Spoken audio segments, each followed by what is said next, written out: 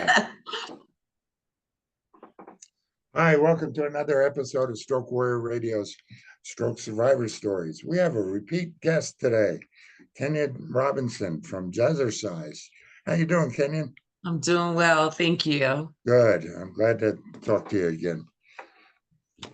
Nice to be here. Thank you Yeah, so much. yeah. That was one of the best interviews I thought we've done. Have you had a chance to listen at all? I have. I Oh, have. You good. have an incredible program lineup with so much good information. Well, thank you. Thank you very much. Well, I'm proud to say that we're in 15 countries now.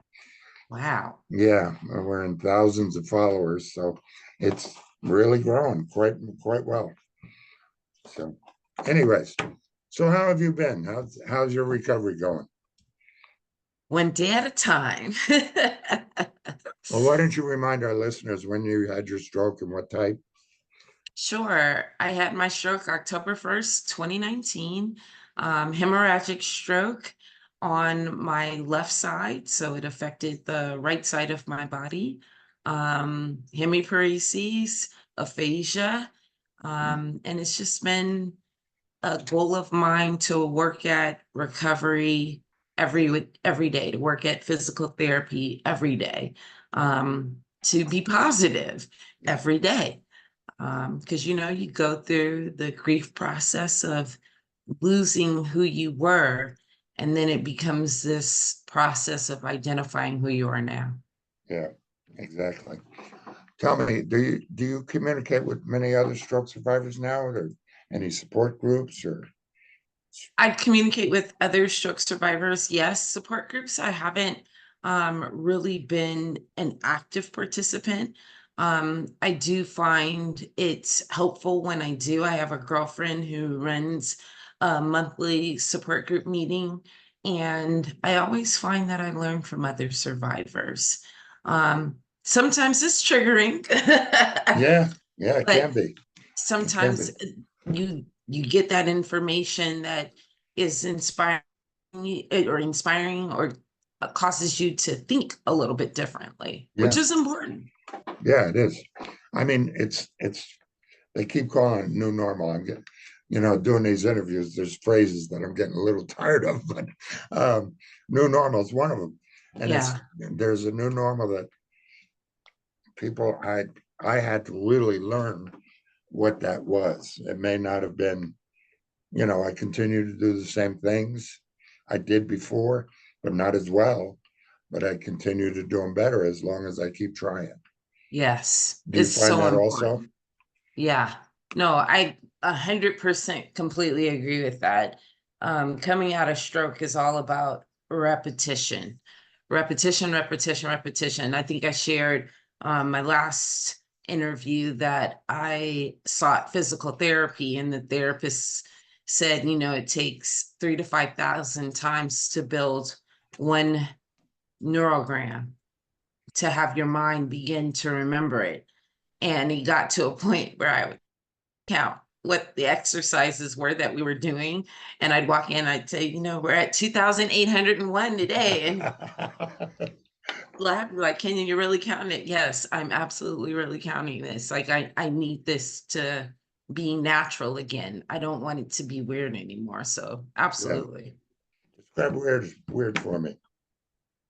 Huh? What's in You said you don't want it to be weird. What's that mean? Um, so it's that feeling that in your mind you have the visual of what it is, but then your mind tries to communicate that to your body, and your body's so resistant towards what the mind wants to do. Okay. That's what I'm calling weird, because they've always functioned as one, mind Yeah. and body. You have a stroke and it's mind and on one side and body on the other, And and they're trying to re-engage that connect. do you find that the harder you try, the more it connects? Not always. Really? Not always. Sometimes I feel like my body is very resistant, a little stubborn. Huh? I find I get a little stubborn. I go, no, we're going to do this today.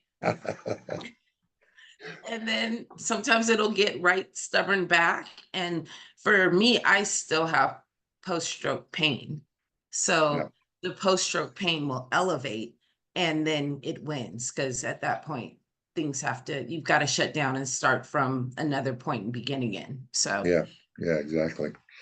Um, I don't know if our listeners will recall, but you had your stroke right in the middle of leading a jazzercise exercise, yes, I was correct? teaching class, 40 minutes. I want to say I really think the stroke started before I started teaching class, but by the time we'd gotten through 40 minutes of cardio, that's when it began to take its toll. Yeah. Okay, okay. Did you get in the hospital within the time frame allotted to get that ATP or whatever that drug I is? I still have that question. Like I don't know. Oh, I have a copy of the records of my medical information. That's something I still can't find. They took me to one hospital. I don't remember going in the hospital. Like I remember yeah, being in the first yeah. hospital and then I was flown to another hospital and that I have no recollection So of. you probably didn't get it within time. The I don't time, know, yeah, but I need to find out. yeah. Yeah, That's kind of interesting to know because it's something your doctors may be interested in also, I think. yeah. Anyway, um, part of the reason I bring that up is how's the instructing going now? I mean, are you back into doing classes? Are you doing a little bit at a time or doing too much? No, not too much.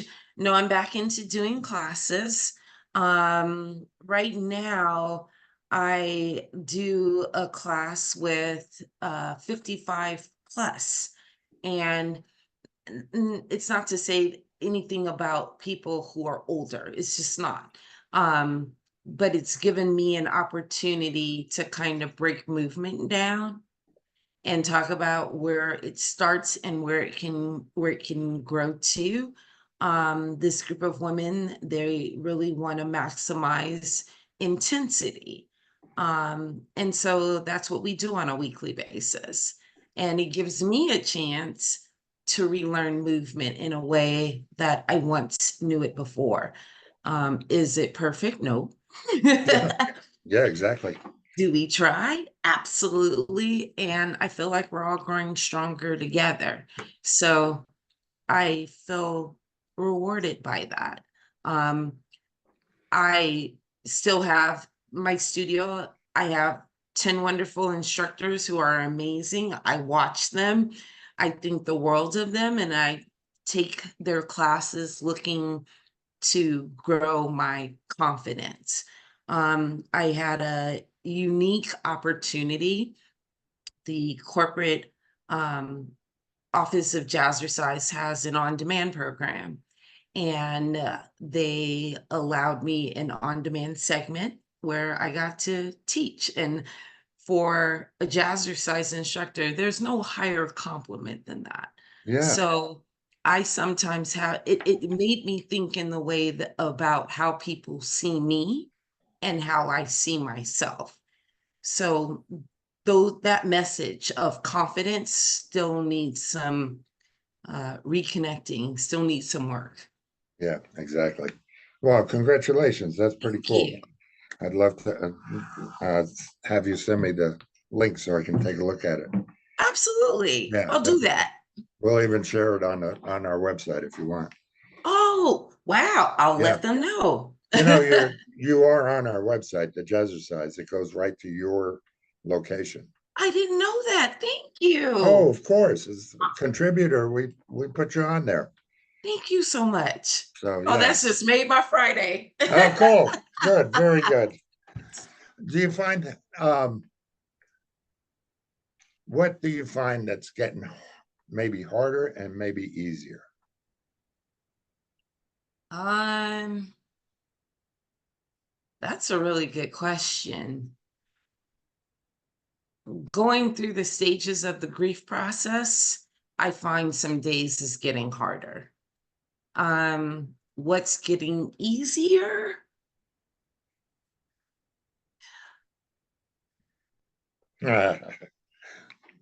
That's a Yeah. good Okay. question. I have to think about that. I Are think my you resilience is getting a little easier. good? See, Yeah.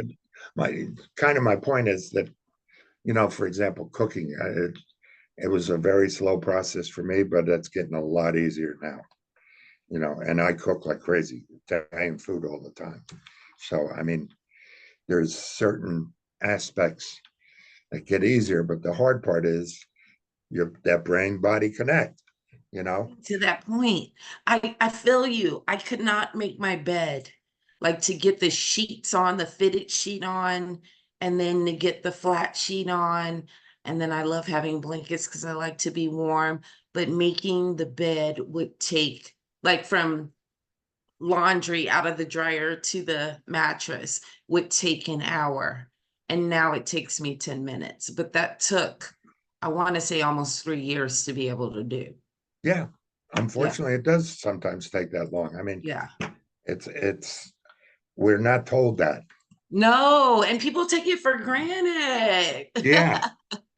Yeah, that's funny. We're doing a show tomorrow with Roz and Clay that about 30 questions in 30 days. The Uh-huh. questions we should be asking right after our stroke. What's going to be hard? What's going to be easy? How long is it going to take? All that kind of stuff. Do you feel, are you feeling more and more comfortable every day, or is it still a battle? I feel like I'm getting comfortable. Um, you kind of paint a world that you can live in that works towards what your challenges are. Um, so I find as long as I don't get near my walls, the borders, the boundaries, I'm okay. If I'm put in a situation where it's tested and I come through, I feel like that's amazing. An example, my son runs track, and last weekend he had he had an event that was 2 days. And typically I'll go and just watch him run in the evening. I won't do the extended day, but I was able to do both days. And that was a reward. Like, that was, let's go celebrate. In my head, we had a party. Yeah, Because the first day is usually 5 o'clock in the evening till 9 o'clock at night, and then Saturday is all day. And I was able to do the all day without having the consequences for having done all day in the evening. So I was really excited about that because that means progress. those small victories mean so much, don't they? Absolutely. I mean, did it take you a long time to recognize the small victories and action? Because, for example, my life coach, I did a life coaching session, and by the end of it, she said, "When are you going to give yourself credit for what you've done?" I mean, that's taken me. It took me 7 years to get there. Have you? Yes. Do you see that coming, or? I try. It's kind of hard because you're always looking towards where you want to go, and it's easy to forget where you've come from. There's I want to say it's there's someone on Instagram. The name has goggles in it. I'll remember in a minute. But they put up a picture of mountains, and the lady was at the peak of one of the mountains saying how tired she was. But when you look behind her and all she accomplished, you can understand why she was tired, but she was looking forward on where she still had to go. And that image resonates with me. And I try to say, we're not getting upset today. Look at how far we've come. I teach now. I remember when I sat in a wheelchair wondering if it would ever be possible for me to teach a class again.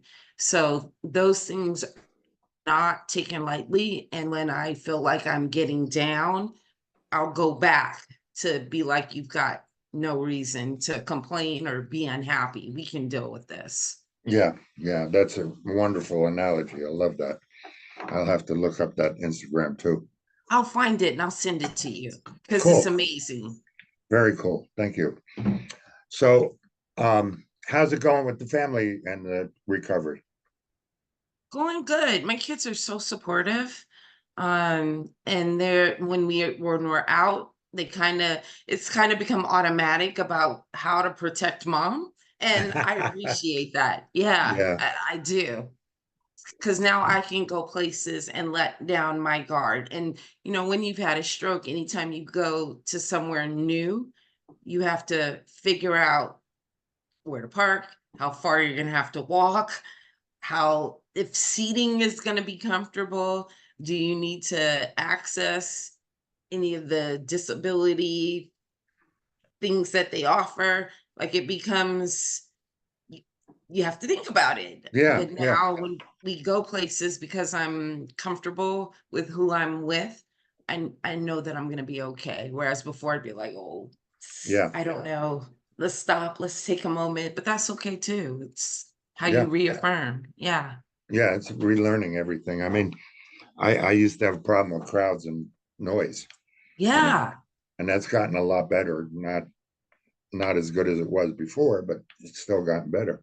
totally. I had ear plugs in my purse. I Oh, don't use them as often anymore. But yeah, for the noise, I plug my ears in because it would take the bite off yeah, the noise level.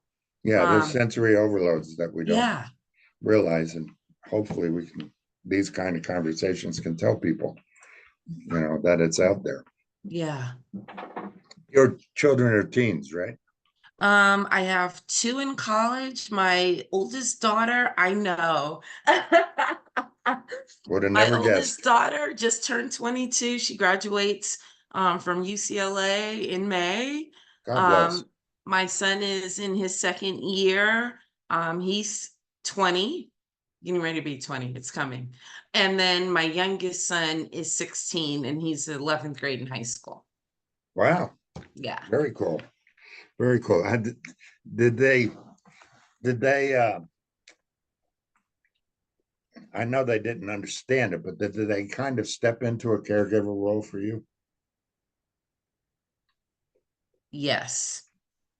And Um, did you have to prompt it or they just did it? I don't know that I necessarily thought about it in that regard because their faces when I was in the hospital, like when I first came to and the three of them were there, the look of fear still stays with me. So when I was released from inpatient at the rehabilitation center, my only goal was to get back and figure how do we make how do we build new consistencies for women when you have a baby. You're trying to figure out that routine to make baby feel comfortable, to make the household comfortable. Even when you have second baby and third baby, it's about setting up a routine so everybody's comfortable. That became the new thing that I did when I got home. How do I build that routine again and give them some consistency where they feel safe with me in this condition? So we'd crawl around the floor. I'd scoot between rooms because I couldn't walk. Right. Um, and we tried that normal daily, like laundry day was funny. They'd wash and dry, pull clothes out, and then I'd attempt to fold it with one hand. And then it was trying to get the right hand back in there to figure how do we fold clothes, t-shirts. One of my other sons was like, let's put together a puzzle. So it I think they worked with me as I was working with them, secretly caretaking me when I thought I was providing for them. It's kind of been uh, uh, Give and take. yeah, give and take relationship. Absolutely. We try and do caregiver sessions. I'd love to actually, if any of them wouldn't mind doing an interview as a caregiver, quote unquote. I'd love to do that just to hear those opinions about the fear. I mean, my daughter that came out to my hospital in Pennsylvania when I was there, um, she, I mean, the fear, the tears, and she just recently told me about all those feelings. And it's like, oh my God, I didn't realize that after all these years. Yeah. If any of them would It's like to, to hear the perspective of the other side.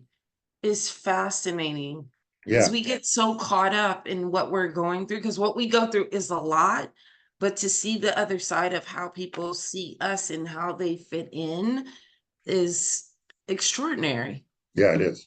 And it's I I I don't know about you, but I went through a lot of guilt. People following me around, trying to help me, that kind of thing. It's like, wait a minute, like with the daughter at the hospital, I'm your dad. And she tells me, yeah, dad, you're my dad. I'm Yeah. here.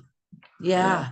No, I identify with the guilt 100%. The guilt, and then thinking of myself as a burden. I yes, went through the burden stage of uh, I don't want to be a burden. I need the help, but I don't want to be a burden. yeah, exactly. Yeah. You have any suggestions to get through that? I really don't. I mean, I don't know how I got through it. It just kind of happened. I still get it, glimpses of it, absolutely. Where I still feel like, oh my God, they can't do this for me. Yeah. For the Shouldn't have to. guilt, we have to learn how to give ourselves some grace. Um, I love when you guilt, say I that. think, yeah, guilt, I think, is good intentions that don't have a place. So instead of using it for good, we turn it in on ourselves. So grace, I feel, is really important. For the burden part, I don't have an answer for Yeah, that. I wish I did too, but it's there, and it's something we all need to be aware of. Yeah, It took a while to be aware of the fact, hey, I'm going through this myself because of the guilt and feeling like I'm a burden. absolutely. And then people will say, I don't understand how you could think that, but Yeah, we're trying to, I guess, buy the time or use the times that we really need help for when we need help. yeah, Um, I'm gonna have to think on that one. And when yeah. I have an answer, we'll talk again. Sounds good. Sounds real good. So how's the laundry days now? You folding the everything yo- with your laundry days? How are they now? oh yeah, no, laundry, I'm glad has gotten a lot better. Um, for me, putting it in the machine is not an issue. Getting it from the machine to the dryer was an issue. And then carrying the basket with laundry in it was an issue. But once I get it in my room, folding's not an issue.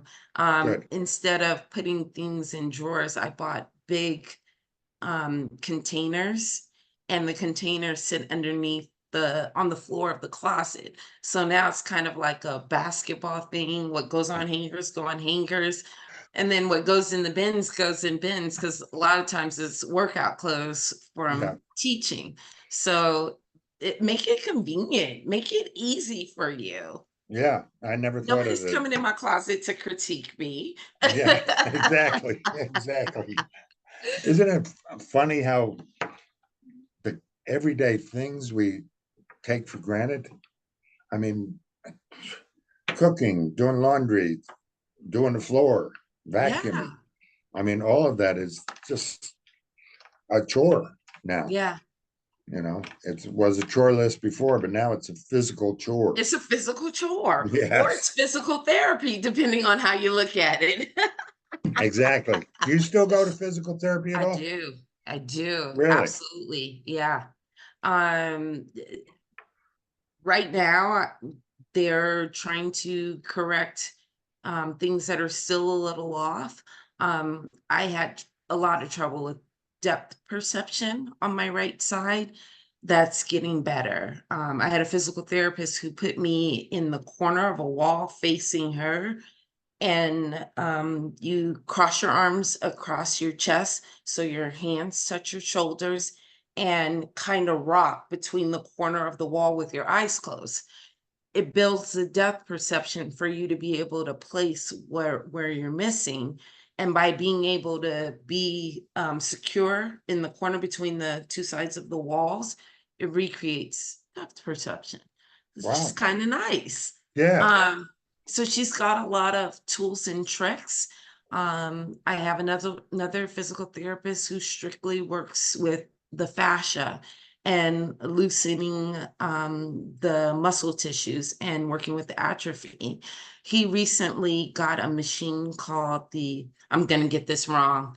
Oh, Dean, don't kill me. It's called the SRT, and it delivers shocks, electric shock to the areas that are not responding, not painful or Yeah, anything. I don't yeah, want anybody to think I'm um, yeah. A not right masochist. because I need to Yeah, be shocked to feel better. It's not that. yeah. But it really works on those areas and it redevelops the tissue and helps new tissue growth. And it's been amazing, amazing. I Wow. don't have nearly the pain that I had before we started this process. So, I've been video journaling it, and once we get a little bit further, I'm gonna put the video out so people can see just how amazing this is. Like, from the Wonderful. drop foot, the neuropathy, pain in the ribs, back pain, sciatica, it's an answer for it all. Yeah, you didn't have those pain issues before the stroke, right? No. Yeah, I had some of them, but they were expanded after my stroke. So I mean, Yeah. I still, Multiply, yeah. personify. Yesterday Yeah. I went for a chiropractor and massage. I mean, 8.5 years later, I'm still working on my back. Yeah. It's unfortunate, but it's part of the journey. I mean, what's that saying? It's not the destination, it's the journey that matters, Correct. and we have to be our own journey sometimes. Yeah. Do you find that you're getting better at self-care? Slowly but surely. Yeah. Self-care was something I had to implement for the chronic pain. Yeah, It actually became a way of rewarding myself for getting through some of the task and bringing down the pain level. They really, really enforce, even if it's just 5 minutes for one day in the week. And then if you grow it from there, great, but it has a significant impact. Even in sleep hygiene, it has a significant impact. So, yeah. yeah, self care, very, very important. How about self-advocacy? Oh, 1,000%. Yeah, that's an interesting word and concept, and it takes a while to learn it, but you got to fight It for yourself. Yeah, it really does. I had the thought very early on in the stroke, and if anybody steals this idea and makes it happen, I'm not coming after you to see you because I think we need it. I thought about having kind of like where you could rent an advocacy per a best friend to go to appointments and let them so that way it doesn't feel like the doctor's ganging up on you because our thoughts don't happen sometimes as quickly as we like them to. And so I'll leave an appointment and then something will hit and I feel horrible that I never got the chance to say it or ask for what I need. But I figure if you can communicate with this person before an appointment, if they're aware, then they can help. And maybe it's as simple as getting a family member to go with you. I don't know. But I Yeah, thought about having a best friend come and we can yell at the doctor together and that way the person who's in need is covered for when it's done, but you have to advocate even if it means writing it down or preparing yourself before appointments yes, so you have in mind the things that you want to cover.